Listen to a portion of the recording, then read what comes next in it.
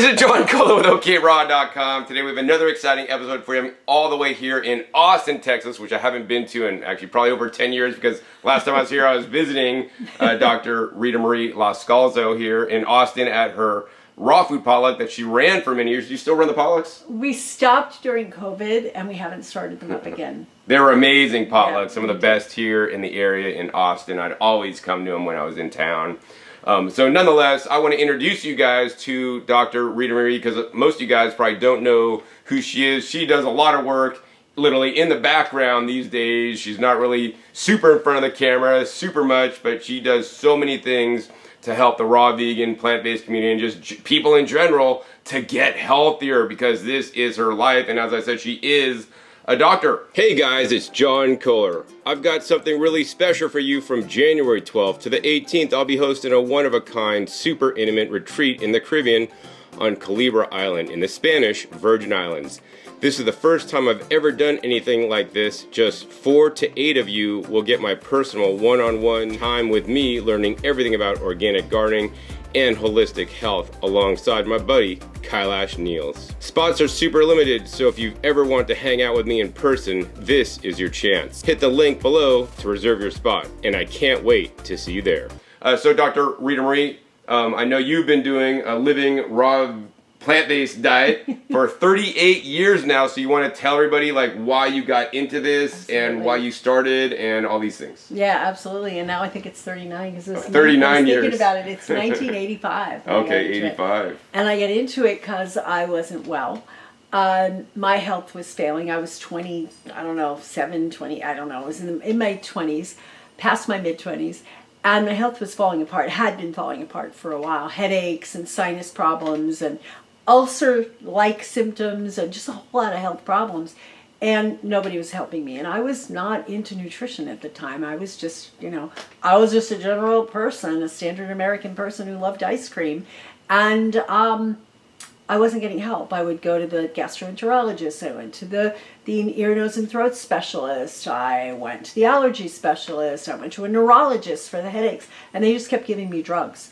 So I was mid-20s and I was on all kinds of medication. They tried Valium for my headaches. They put me on sinus medication like antihistamines and steroids for my sinuses. And then they went in and shot up my sinuses with steroid. It was terrible. And then I had stomach problems. Why? Because I had headaches all the time. I stopped taking the Valium because it was putting me to sleep, but I started taking aspirin. And I was drinking alcohol and I was eating, standard American food. And nobody asked me what I was eating. And so I started getting these gut issues. Nobody asked me about my aspirin intake. Nobody asked me about my food intake. And so I started getting these symptoms. They go, oh, maybe you have an ulcer. Here's some ulcer medication. I'm like, are you going to test me to see if I have an ulcer? And they said, okay, we'll test you. So, but still take the ulcer medication and eat lots of ice cream. I'm like, oh, great, I love ice cream. Lots of dairy products to coat your stomach. So I start doing that and I'm getting worse and worse. And so they do the ulcer tests and the ulcer tests come back negative. And he goes, oh, the good news is you don't have an ulcer. And I'm like, yay, I don't have an ulcer. What do I have and what do I do? And he said, we don't know, but just keep taking the ulcer medication. What? You don't have an ulcer and he wants you to keep taking the ulcer medication? Yeah. How does that make any sense? That doesn't make any sense. And I'm a logical person. I had a master's degree in computer science at the time. Very smart mathematic degree, undergraduate degree. So I'm like, this doesn't make sense. You want me to take a medication for a condition I don't have? And I said, well, how long should I keep taking it? He goes, well, for as long as it takes. I mean, what do you mean? Like for the rest of my life? Maybe. And I'm thinking, well, I don't know about this. I'm 25, 26 years old. And what happens if I keep taking this medication forever? Is my health going to continue to deteriorate? I had visions of dialysis or wheelchairs or whatever by the time I was 50. So I said, but wow. And then I thought, could it be my diet? Because my diet at the time was really bad. Lots of ice cream, lots of M&Ms. And of course he said, of course not. Diet doesn't have anything to do with health. And I'm like, excuse me? Diet doesn't have anything to do with health? But you knew at that young age, at even 25, and you're still eating ice cream and M&Ms. I was still eating ice cream and M&Ms, but I said, wait a minute, I can see why the headaches don't have anything. I can see why the sinuses didn't have anything to do with it. And I had brain fog before the term brain fog was popular. And I said, but my stomach, The food goes through there. How could that not have anything to do with my diet? No, no, no. And I said, okay, I'm going to prove them wrong. Back in the day before the internet. So here I am. I am going on a quest at every bookstore you can imagine to try to find all the books I could find on food. Going to the library, finding out what's wrong with my diet. Because I kept thinking, well, I binge and then I fast, so to speak, right? Going to, at the cabbage soup diet. And then I binge like crazy and I drink too much alcohol. And, I said, that can't be good for me. And I discovered it wasn't good for me. So long story short, I discovered that my food was hurting me. And that I probably was toxic, not sick. Like my body just couldn't tolerate not having the right nutrients and having all these toxins in my food for my whole life. And so this was such a serendipitous occurrence. I was sitting at a gas station. I went in to have my car wheels, whatever they do, they rotate the wheels or something like that. Balance and rotate, whatever. I'm sitting there and I'm reading yet another health book. And some man, I call him the angel from the past, came up to me and he said, oh, what are you reading? What, are you having health issues? I said, oh yeah, I'm trying to deal with it. And I started talking to him. He goes, you need to fast. And I'm like, okay. So I said to him, oh, you know what? I did try that. Because I'd read the 5-day allergy relief system. And it said fast for 5 days and then reintroduce food. And I said, you know what? When I fasted, I felt amazing. And I did fast for 5 days on my own. On water? On water. On just water. And I said, but as soon as I started eating again, all my symptoms came back. And he said, you didn't fast for long enough. I said, but I fasted for 5 days. What do you mean I didn't fast for long enough? He didn't fast for long enough. He gives me a card.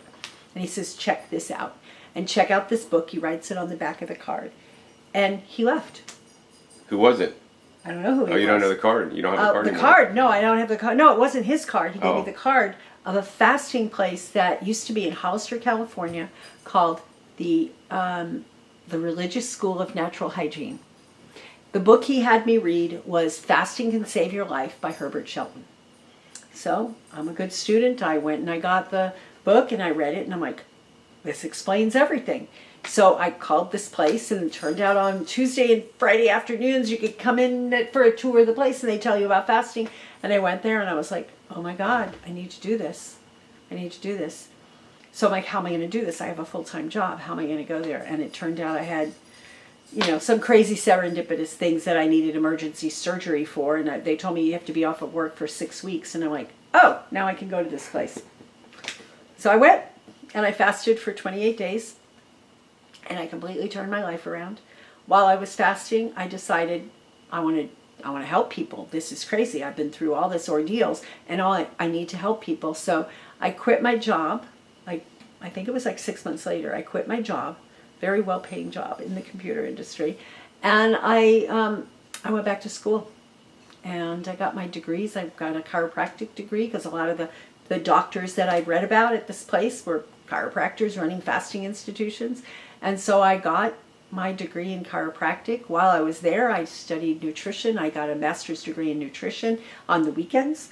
And that was it. I graduated and changed my life. And, long story since then. But now what I'm doing is helping people to get their lives back. And fasting is one of the things, but I soon realized that not everybody was like me and was willing to just do a 28-day water fast. So I started going easy and easing people into dietary changes. And fast forward now, I'm online and I have a YouTube channel and a Instagram and Facebook, and I teach a lot of programs and big following, and a lot of people are getting helped, and I'm living my passion, and I'm fine. I've been fine ever since, and that was 39 years ago. Wow, that's so great. So I got some questions for you. So do you recommend that people do like a water fast on their own? No, unless it's just like 24 hours. And there are caveats. If you're a strong, healthy person, you can definitely do a couple of day water fast on your own. But if you're on any medication, if you're weak or debilitated in any way, if you have any medical conditions, I highly recommend that you do it under supervision. You got to be careful. Yeah, I could say 24 hours is probably safe to do for most people on your own, but if it's longer than that, then I only recommend going to a medically supervised fasting center the one I would recommend, and the one I sent my dad to for 30 days. He lived on only water. Nice. While he's medically supervised. He got some amazing health benefits from that, as well as teachings during the fast, which was even more important than the water fast itself, because that changed the outcome of his life. Oh, that's great. But yeah, it's True North Health Center with Dr. Goldhammer in Santa Rosa, California. Yeah. So continuing on, Dr. Ritamarie, so you did water fasting, right? And then what kind of diet, what kind of foods did you eat after that? Because, I mean, yes, the fasting help to cleanse your body, give your body time to rest and heal itself, because our bodies will heal themselves if we get out of the way, right? That's right. And so what did you find was the healthiest diet for you after the fast? Because I know a lot of my viewers out there, you know, they may be on whatever diet they're on and they think that's the healthiest, but what did you find?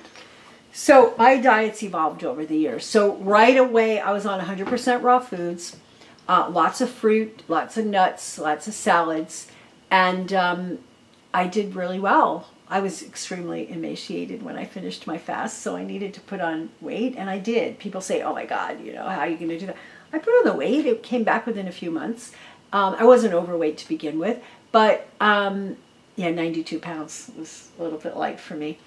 And I just ate like that, lots of salads, lots of cauliflower dipped in almond butter and lots of stuff. And I didn't know what I didn't know at that point, because I didn't know, you know, about balancing omega-3s and 6s. I didn't know that some people can't eat too much fruit. And I didn't, you know, it was just a lot. But that's basically what worked for me. Then I met Alan Goldhammer. I went up when he opened up his site. In Pengrove? In Pengrove. And I lived about 2 hours away in San Jose area.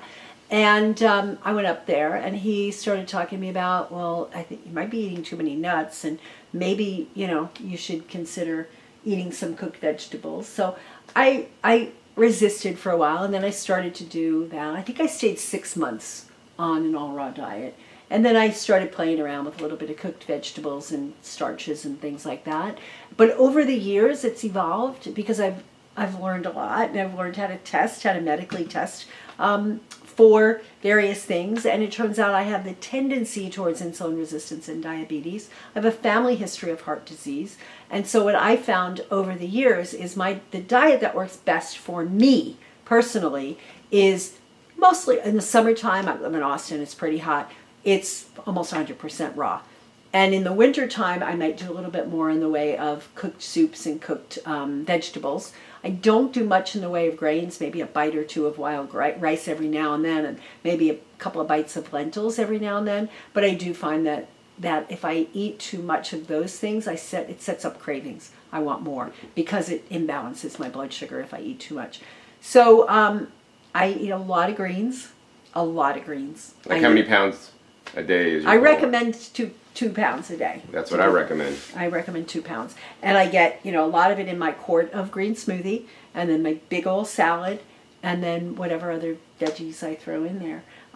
Today I had a huge amount of aramay, sea vegetable, on there, because, you know, we get the foods from the earth, but the soils are a bit depleted these days. So if we get them from the sea, we get a balance of some of the minerals. So I'm a big fan of that. I eat a lot of fermented foods. I make my own yogurts. Or I buy, there's some good brands now, finally, of non-dairy yogurts that I eat, and I eat some of that every day. I eat some sauerkrauts and kimchis, and I eat fermented foods pretty much every day. The sea vegetables I wax and wane, although I have a shaker for kelp, and I sprinkle that on various things.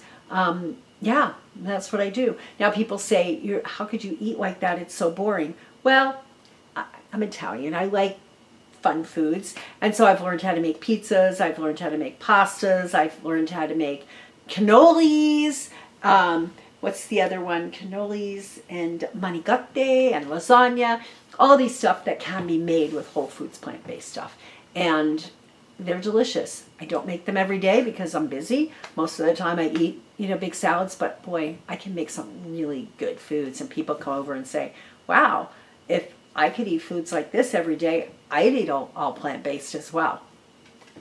So that's... Yeah, I remember when I'd come to your potlucks, you always made the best stuff. Yes, yes. So the question is, Dr. Ritamarie, do you share your recipes? Do you have like a recipe book that somebody could get so that they could make some of these healthy, raw, foods, plant-based foods, and enjoy them.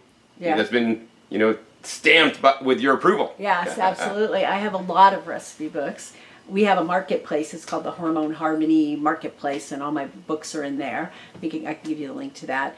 And I have programs that I take people through, and I have recipe books, a gut healing recipe book, and a blood sugar balancing recipe book, and adrenal recipe book. So I have a lot of recipes. Plus we have a membership that all my recipe books are in. Plus every month we do a new show. I did them all by myself for years, and now I get other people who I've trained or other people who are just amazing chefs come in and do it. So we have this amazing library of probably, 14 years of 12 a year, plus another, so that's a lot, right? A lot's over 100, 150, 200, something like that, recipe videos on the site. So that's what I share. Wow. So something I didn't hear from you, Dr. Ritamarie, is that, you eat a vegetable-based diet. You didn't really mention fruits, and I know there's a lot of people out there that watch me that are fruitarian and eat like a fruit-based diet. Why don't you eat a lot of fruits? And yeah, let's just find out, why don't you eat a lot of fruits, and are they healthy foods to eat? Yeah, that's a great question. So I am not anti-fruit. I think fruit is a very healthy food, and I think each person needs to find their tolerance for it. I personally was eating a lot of fruit. I would eat a fruit-based breakfast and then a salad lunch and, salad type of dinner or fancy dinner or whatever. And I discovered that the fruit was raising my blood sugar. And I can't eat a lot of fruit. So I've cut back a lot on fruit. Yeah, do I eat fruit? Absolutely, I still eat fruit. I tell people eat as much fruit as your body tolerates and stays healthy. Right? So I measure my blood glucose, and I started doing that about, 14 years ago when I created a program, an online program to help people who I was finding it in my years of practice that a lot of people had blood sugar issues, and we would test their blood sugar, and sure enough they had problems. It wasn't like they were diabetic and the doctor would tell them they were diabetic. It was subtle blood sugar imbalances, and they would cause cravings in between meals, and they would be gaining weight even though they were mostly eating a healthy diet. And so I was creating a program for them, and then I started testing my own blood sugar and realized that I had the problem I was teaching about because I was eating too much fruit. Now, I hadn't eaten sugar in a long time. I haven't eaten sugar in 40 years or more than that. But the sugar in the fruit was metabolized too quickly for my body, causing high levels of insulin, causing high levels of a substance called hemoglobin A1C, you might have heard of that, and then high levels of sugar. Not necessarily fasting blood sugar. My fasting blood sugar was perfectly fine, but my what's called postprandial glucose was high. That means the glucose after meals, and it was shooting up. Now, was it just the fruit I was eating? Not necessarily, because I found out that sleep, which I was teaching people, I just didn't think I needed to do it because I eat such a good diet that I didn't need sleep. But I was not. I was literally getting 3 to 5 hours of sleep a night for many years and feeling great, but I think I was burning the candle at both ends. And so I discovered that the fruit wasn't doing me good, much to my dismay, because I love my mangoes and papayas and, pineapple and all that. Wow. So I mean, my personal belief is that there's a lot of overeating of fruit in the raw foods movement, and unfortunately, I don't believe enough people eat enough vegetables to offset the fruit. And I have personally found, for me, that when I used to do 2 fruit meals a day, like that's too many fruit meals a day. So now I do like a small fruit meal, and actually it's mixed with other things at the same time, so that I don't have the blood sugar hit, because I started feeling some health challenges because of my eating too much fruit, basically. Yeah. So if you guys want to hear more from Dr. Ritamarie about this specific issue and overeating fruit, eating mono fruit meals, be sure to give this video a big thumbs up. If I get enough thumbs ups, I'll be putting out a video where I discuss with her directly about too much fruit and how you could figure out for yourself if this is a problem or not, because this is very, very something near and dear to my heart, because in our community we're all talking about like fruit is like the best food in the world, and we should eat fruit over other foods like greens and beans and other healthy plant-based foods. Okay, so I want to continue to move on. So I know you've coached and helped and counseled so many different raw vegans over the years. And this is a very important question because I know a lot of my viewers are watching. So of all the raw vegans that you've coached, what percentage have you seen that have been maybe, were surprised when they're more fruit intolerant than they thought they were and they were overeating fruit? Yeah. So I've coached people in all dietaries. Of course. I've had people come in that are on the standard American diet, but their loved one told them they had to talk to me. I've had people who are on more of a macrobiotic diet. I've had people on raw foods diets or plant-based diets that are, let's just say, junk food plant-based diets, right? I hate those. Oh, God. All the fake meat They're so terrible. substitutes, that kind of stuff. So I've coached a lot of those people. And a lot of surprises came when I started having people testing their blood sugar, and these people, I've been raw vegan, mostly fruit for all these years, and it's so good. And we're like, yeah, but, why are you not losing weight? Why do you have a thyroid problem? Why do you have these other metabolic imbalances? And it turns out that they have blood sugar imbalances. And blood sugar imbalances are predominating in this society right now. There was some studies in University of North Carolina did 93% as of 2021 or 2021, 93% of the population is estimated to be metabolically unhealthy. In 2018, that same study showed it was 88% of the population. So it's moving in the wrong direction. And so metabolic imbalance contributes to every disease state known to mankind, whether it's cancer, heart disease, lung problems, autoimmune diseases. All of them have a basis in metabolic dysfunction. And so metabolic dysfunction means we don't do well with taking the food from out there and turning it into our bodies, turning it into our flesh and blood and bones and all that, and also turning it into the energy we need to live a healthy life. So 93%. So the chances are, even if you've been focusing on a really healthy diet for a really long time, you could be metabolically out of balance, and there's easy ways to test. Wow, so I guess the question I'm going to ask is, how do you test? Waist-height ratio. And, there's a lot of people who are kind of a little bit around the middle, and you look at that. If your waist is more than 0.49, so let's say half your body height or more, you're in trouble, right? And the higher it gets, the more trouble you're in, right? So it's an easy way that we can just look at ourselves and go, uh-oh, heading in the wrong direction. Waist-hip ratio, waist-height ratio. The other ways to know is when you finish eating a meal, and it should have been a full-size meal and you should be full, you're like, I need more food. I'm still hungry. I need something sweet. You've just had a nice big salad and it's got plenty of calories there and plenty of good substance to it, and you're like, I just need something sweet. Let me go have a piece of fruit. Or if you're not into eating fruit, let me go have an Oreo. Let me go have whatever, a chocolate. So that's an issue too. And that brain foggy feeling, like a lot of people think it's normal at 4 p.m. to have that crash. That's not normal. Not normal at all. And that often indicates that your body is overproducing insulin, and then your blood sugar could be crashing. Or here's the deal. When I had people start measuring their glucose, they thought, oh, my glucose goes way too low because I get this craving. I've got to eat. I'm weak.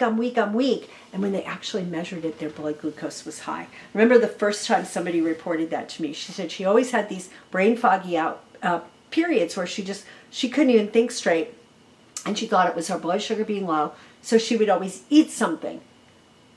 When she started measuring her blood sugar, she had just had a big salad, and the only thing sweet on there was a handful of raisins. And she started to feel that thing, and she was like, oh no, and she measured, and her blood sugar was over 200. Oh my gosh. It's over 200.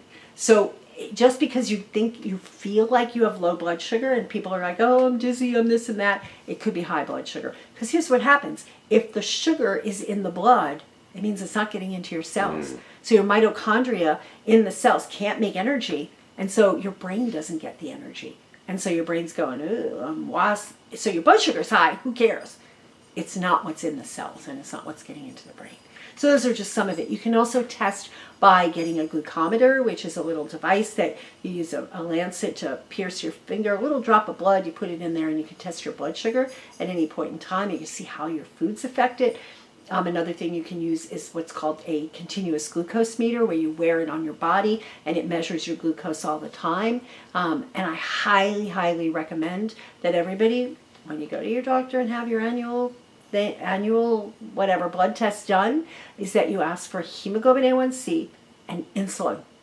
And they're going to say, "You're not diabetic, dear.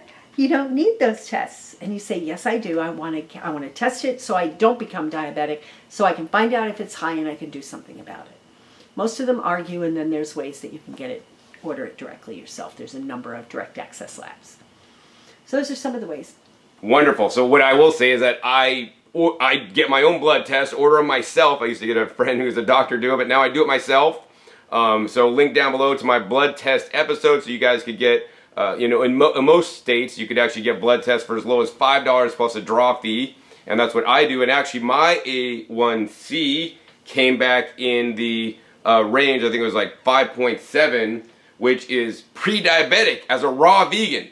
And also another marker that I'll share with you, you guys watching, and also you, is that my cholesterol was high, and I don't eat any animal products, so I'm not eating any cholesterol, but my cholesterol was high, and my triglycerides were high. And I know some of you guys out there, I've heard feedback from you that you also have high triglycerides on a raw vegan diet and high cholesterol. And how can that be, Dr. Ritamarie? I would start, if you're truly raw vegan, I would look at your fruit, especially date intake. But because high levels of sugar in the blood will cause the triglycerides to go high. It's known fact. The triglycerides should be around 75-ish, depending on your height, your weight and whatever, around there. And your HDL cholesterol should be somewhere around the same thing. So 1-to-1 ratio. Most people are running around with low HDLs and high triglycerides. That's how you can do it. You have too many carbohydrates for your body to process. Wow, so what is the solution?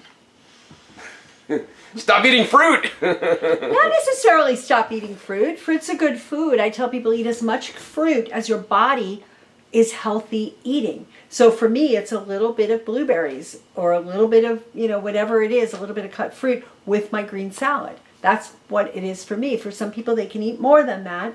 For other people, they can't eat it at all, at least temporarily, till we get their metabolism reset and get their insulin receptors reset. So it's not stop eating fruit, it's stop eating so much fruit and find out what your blood sugar is doing as a result of fruit, and then you learn how to balance it. Like, I can have a huge salad or a big 32-ounce green smoothie that's just greens and avocado and ginger and other fun stuff, and it tastes delicious, and I have a little bowl of fruit on the side, and a little bit of green smoothie first, and then a little bit of fruit, and we go back and forth there. And it keeps the blood sugar steady because of the minerals that are in that green salad or smoothie, or juice even. Although, you gotta be careful with green juice, because green juice can raise your blood sugar as well. What kind of green juices? Any kind. But even without fruit? Even without fruit. Wow. If you drink it too fast and you drink too much. So I found for myself, if it's just celery and cucumber, it doesn't do anything. But if I start to put in broccoli and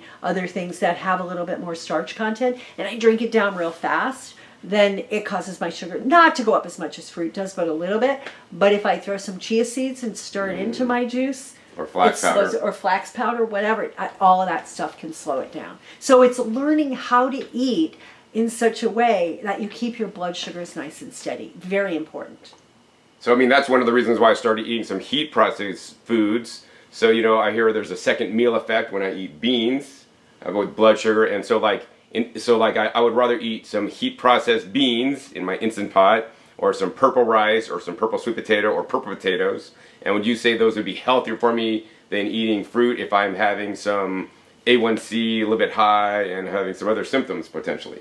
Maybe. Maybe.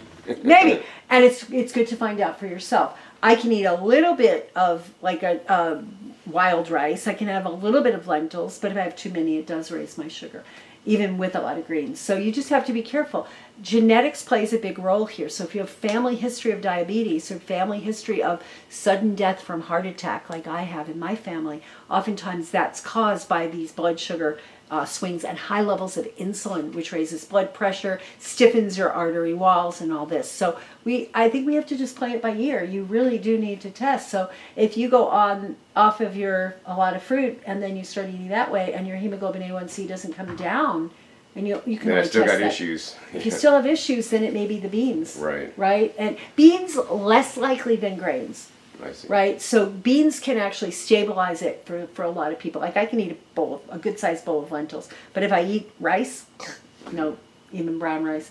Quinoa I haven't really tested explicitly, but so I may have just a little bit of quinoa here and there. But it's testing. It's like finding out what's right for you. Wow, so I am definitely learning so much from Dr. Ritamarie, and I'm sure you guys could learn so much as well. Let's see, another question I want to ask you, Dr. Ritamarie, is what are some testimonials you've gotten from people that have been on like a raw vegan, high fruit diet that you have gotten to test themselves, and then they kind of more modify to maybe your style diet where you're eating a lot more vegetables and, you know, modulating your fruit when you're eating it with greens or whether you're drinking it with a green smoothie.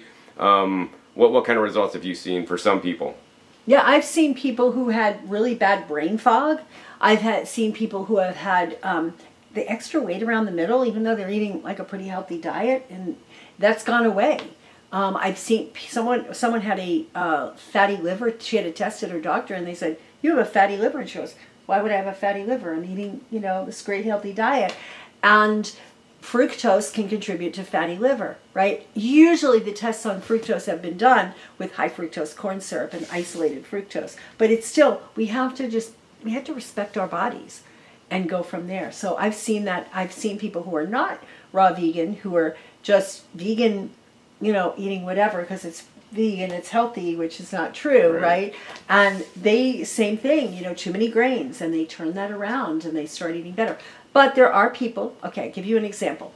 We had this lady, she was in our practitioner program. She went on my program, you know, and it was like, wow, this is so cool. And she got, her weight came down and she felt great and her A1C came down, and she put her husband on that same diet. He crashed and burned. His levels went up. He was already kind of on the diabetic spectrum. He found that if she helped him with a whole foods, plant-based diet that had more grains and not as much fat, he did well. Wow. So it's individual. You really got to figure out for yourself, and no one size fits all, which is like a lot of people in the raw foods movement talk about this one size fits all programs. And it's not just in the raw foods community that people talk about everywhere, that. It's everywhere. Carnivore is good for everybody. Keto is good. I call it the butter and bacon keto is good for everybody. Macrobiotics is good for everybody. Lectin-free diets are good for everybody. Low oxalate diets are good for everybody. You know, if the only tool you have is a hammer, everything looks like a nail. So in people who have studied extensively a certain type of dietary, they try to fit everybody.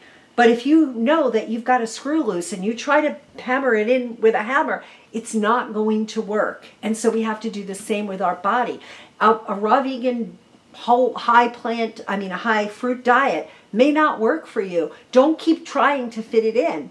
Find out what does work for you. You find out by tuning into your body and understanding. John experienced headaches and some visual issues when he was eating too much fruit. Those went away when he shifted. You pay attention to your body. And that's what I teach people. Keep good food journals, keep good body journals. And, you know, you shouldn't be constipated on a raw diet, right? And if you are, there's something going on metabolically in your body that's not right, right? You shouldn't have an autoimmune disease if you're on the right diet for you, right? So we have to figure out what's the right diet for you. I've been high raw, plant-based for 39 years now, right? People say, well, you don't get enough protein on that diet, right? Where do you get your protein? I'm like, I got pretty good muscles. I lift weights. That's how I get my muscles. And where do I get my protein? Have you ever looked at the protein content of greens? Have you looked at, it's not just lentils and beans and all that stuff that has a good protein content. Lettuce, you know, romaine or dark green leafy lettuce, kale, arugula, all of these things are loaded with that. You can get a balanced diet, but you can't just throw it out to chance. Monitor it, throw your food intake into a chronometer type app, one of those apps that measure it, and see how much you're getting. Yeah, do the RDAs work? No, they're nowhere near. But you can tell, holy cow, I should be getting this much of this vitamin, and I'm only getting this much. Or I should be getting this much protein, and I'm only getting this much. and you play with it. Some people don't need a lot of protein. Some people need more protein. Some people don't digest their protein real well because they don't make enough stomach acid, and so they need more proportionally. I don't believe in all these diets where everybody's eating twice their body weight in protein. I mean, I think that can be a problem. But for some people, they may need to temporarily do that to get through a hump of eating M&Ms and Oreos for their life before that. Yeah, I think eating enough greens and other vegetables is very important because the greens are the highest in protein. Link down below to my video where I say how fruitarians can be protein deficient if you're just haphazardly choosing fruits, because some fruits are higher in protein and some fruits are quite low. And of course, that's why I recommend getting greens, because when you eat enough greens and other vegetables, you'll be getting enough protein. I mean, right. Where should cows be getting their protein if they're free-range grass? And then we eat the cows, and then we're eating grass secondhand, but most cows, unfortunately, are eating GMO corn and soy, which you could also get protein from. Yeah, really. Yeah, so that's it. Who are the biggest animals in the world, right? The gorillas, and cows are pretty darn big. Giraffes, right? They're herbivores. So, and the greens are really important. I can't say that enough. I do see a lot of people with dental issues when they eat too much fruit. Because they're not remineralizing their teeth. So I'm not dissing any diet, right? If you're eating all fruit, you're doing way better than I did growing up, eating Kool-Aid and Entenmann's cakes and Ronzoni macaroni and cheese and M&Ms and Oreos and ice cream. So that was my diet growing up. I'm way better than that if I just ate bananas. But bananas alone don't have all the nutrients you need. Just like steak alone doesn't have everything you need. Just like greens alone don't. They don't have enough calories, right? They have everything else. They don't have enough fat sometimes, right? So you need to have some good fatty, nuts and seeds. Whole foods plant-based fats. I'm not a fan of oil at all. Whole foods plant-based fats, avocados, nuts, seeds, coconut, olives. I don't eat olive oil. Why would I eat olive oil when I can eat olives? Right? Whole foods. And you can get all the nutrients that are in those foods, and you can supply your body.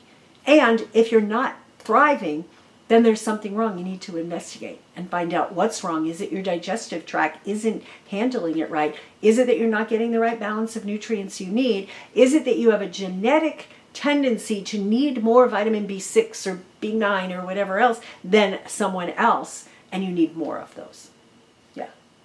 Great. So I think what I want to do is, I know, optimally you should probably be testing and find out what is perfect for you.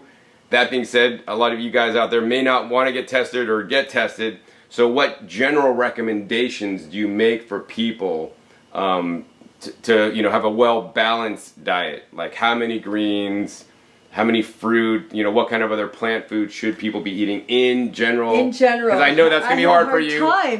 In general, because people are different sizes, they're different shapes, they're different ethnicities, they have different genes, they have different upbringing and deficiencies they've developed over time of eating a standard American diet. So in general, unless you have severe oxalate sensitivity, which means not that you should never eat foods that have oxalates, it means you got to fix your gut and find out why you don't tolerate those. But, I would say I like to see people eat between 1 pound and 2 pounds of greens every single day, right? How do you do that? Those are leafy greens, not just green vegetables. Yeah, leafy greens. And that can include cabbage, because cabbage is in that family. It's a leafy green. And really getting a lot of that. So here's the deal. You put your food on your plate. 80%, 75 to 80% of it should be vegetables, non-starchy vegetables, right? The other 25% you play with. You figure out what works for you. Like I said, if you have specific food intolerances, everybody's talking about oxalates these days and lectins. It's all a matter of your body's not handling it. It's not the food's fault. It's your body, and you owe it to yourself to get the metabolism fixed so that you can tolerate these very healthy foods. All right, Dr. Ritamarie, so you have been a wealth of knowledge, sharing all your knowledge with my viewers today. So I want to thank you for doing that so much. And, if somebody wants to learn more about you and learn about some of the programs that you offer, where can they do that at? Yeah, just go to drritamarie.com, Ritamarie, Ritamarie.com, and you'll find out more about me there. I'm on Instagram. I have a YouTube channel. It's Metabolic Health Solutions. I have a podcast called Reinvent Healthcare. I don't post that much on what's the other one? LinkedIn, but I do post there sometimes. So I'm all over the place. So you can go check me out. And if you're a health practitioner and you want to learn how to incorporate healthy eating programs and all this lab testing we keep talking about into your programs, then go to inemethod.com, because we have wonderful programs to train health practitioners on nutrition and lifestyle and all the things that they don't learn about in medical school. Wonderful. I will put links down below to all the things that she just mentioned, so you could easily click on them on the links. So thank you, Dr. Ritamarie. The final thing I want to ask you today, Dr. Ritamarie, is after people have invested all their time to watch this episode, what final words of wisdom, what health nuggets do you want to share with them so that they could take their health up a notch just by simply watching this episode? Yeah. I would say the future of healthcare is empowered self-care. And what does that mean? It means that you're taking care of you. You're figuring out what the right diet is, but you need education to do that. You need to understand how your body works and how to take care of it, how to tell, how to look at the signs when it's gone wrong and how to correct it. So empowered self-care. And we actually have a membership called the Empowered Self-Care Lab, because we think that people can be experimenting on themselves. It's a perpetual experiment. You may need a different diet in the winter than you need in the summer. You may need a different diet if you live in Alaska versus if you live in Hawaii. You made a different diet when you're under a lot of stress versus when you're having a great life. So it's tuning in and learning how to tune in and understand what's going on with your body. That's what's important. Wow, definitely wise words. And basically, I think what she's saying is you want to empower yourselves and take responsibility for your health and figuring it out partly, right? Use your amazing supercomputer that's more powerful than the chatbot, hopefully, and figure it out yourself. So, that's what I've really been into. And, one of my goals on this channel is to get you guys to think and not just follow. Don't, if you have a severe medical condition and you're hit by a car, definitely follow the doctor's advice. But for, prevention and all these things, you should take some responsibility and educate yourself. Go deeper than just watching YouTube videos. So check out Dr. Ritamarie at drritamarie.com. All right, so I really hope that you guys enjoyed this episode today. And if you guys did, hey, please be sure to give this video a big thumbs up. Also, more importantly, share this with other people that are in the raw vegan or even plant-based space so that they could learn about Dr. Ritamarie and how she can help you take your diet to the next level by literally customizing your diet specifically for you. Also, make sure you click that subscribe button right down below so you don't miss out on my new and upcoming episodes. I'll be coming out every 5 to 7 days. You don't remember where I show up or what you'll be learning. And make sure you click the little bell so you get notified as my new videos come out. And to remind you guys, if I get enough thumbs up on this video, I'm going to go dive deep in with Dr. Ritamarie about eating too much fruit and the problems it can cause and maybe even how to reverse them. We will see. Also, be sure to check my past episodes. The past episodes are wealth of knowledge. Over 700 episodes at this time on this channel dedicated to teach you guys all about how to empower yourselves and become healthier by eating more fresh fruits and vegetables and other healthy plant foods. So with that, my name is John Kohler with OKRaw.com. We'll see you next time, and until then, remember, keep eating your fresh fruits and vegetables. They're always the best.